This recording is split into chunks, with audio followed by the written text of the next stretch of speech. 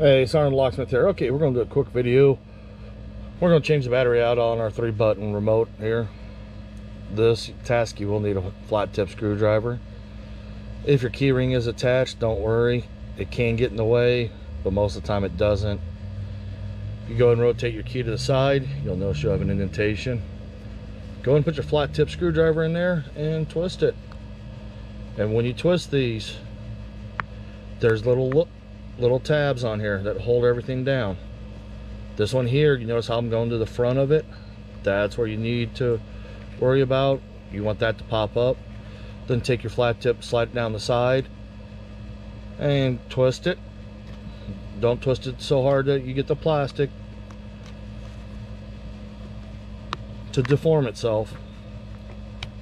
We've got it open. Now that we've got it open, you'll see you have the 3 tabs that hold the battery down. Come to the opposite side where there's not a middle tab, just put the flat tip under there, lift the battery up. The reason why I say that is you got those tabs. If you pry on that, you can bend this.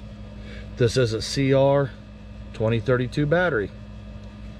These are new remotes we're using for the videos, so we're going to go and reinstall it. Positive side down, you notice how it went in. Now if you look on here, there's a little lip.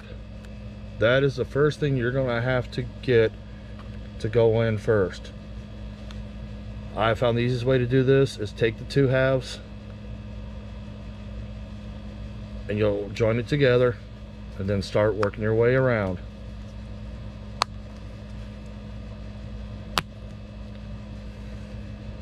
There you go.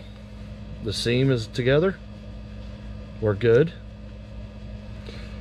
Thanks again for watching Sergeant Locksmith. Let's be safe out there, and go ahead and check out other videos and playlists that we have of how-tos and do-it-yourselfers for your home, residential, and basic locksmithing, with more videos to come. Thanks again for watching.